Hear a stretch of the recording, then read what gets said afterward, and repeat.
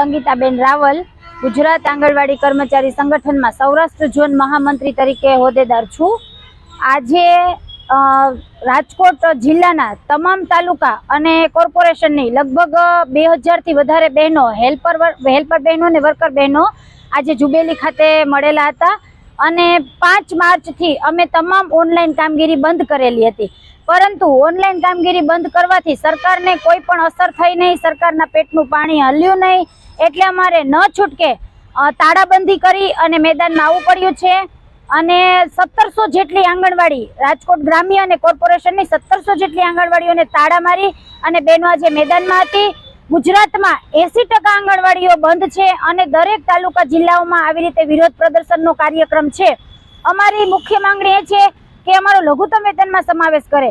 આજની મોંઘવારી પ્રમાણે સરકાર વર્કર બેનને 10,000 ને હેલ્પર બેનને 5,500 વેતન ચૂકવે છે અને 20/8/2025 માં હાઈકોર્ટનો ચુકાદો આવેલો છે કે આંગણવાડી વર્કરને 24,800 અને હેલ્પરને 20,300 ચૂકવવા જોઈએ। મિનિમમ વેજીસમાં અમારો સમાવેશ કોર્ટે કરેલો છે, પણ સરકારે હજી સુધી માન્ય કરેલું નથી।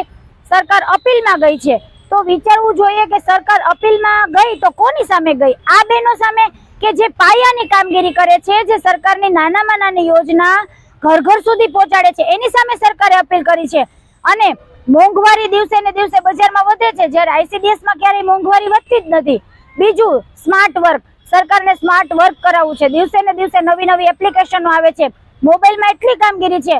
સરકારે 2019માં પેનાસોનિક કંપનીના મોબાઈલ આપેલા હતા, જે ઘણા સમયથી બંધ હાલતમાં પડેલા છે અને આજે બહેનો છેલ્લા 3-4 વર્ષથી પોતાના પર્સનલ મોબાઈલમાં કામ કરે છે।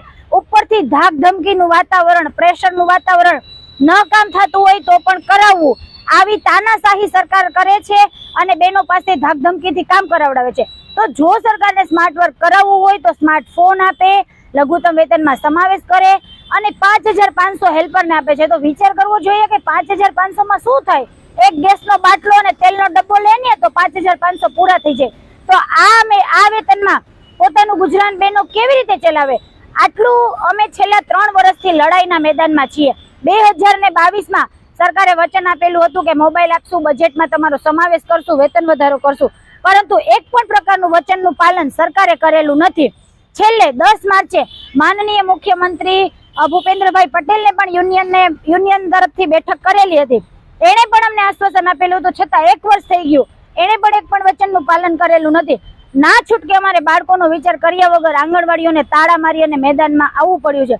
આજ સુધી અમે બાળકોનો વિચાર કરી, બાળકોને પૂરક પોષણ આપી અને અમારી લડાઈ લડતા હતા, પણ સરકારે અમને મજબૂર કર્યા કે આંગણવાડીઓને તાળા મારી અને અમે મેદાનમાં આવ્યા છીએ। જો સરકારે બાળકોનો વિચાર હોય, બાળકોના પોષણનો વિચાર હોય તો અમારી સાથે બેઠક કરે અને અમારી રજૂઆતો સાંભળે અને એનું યોગ્ય નિરાકરણ લાવે।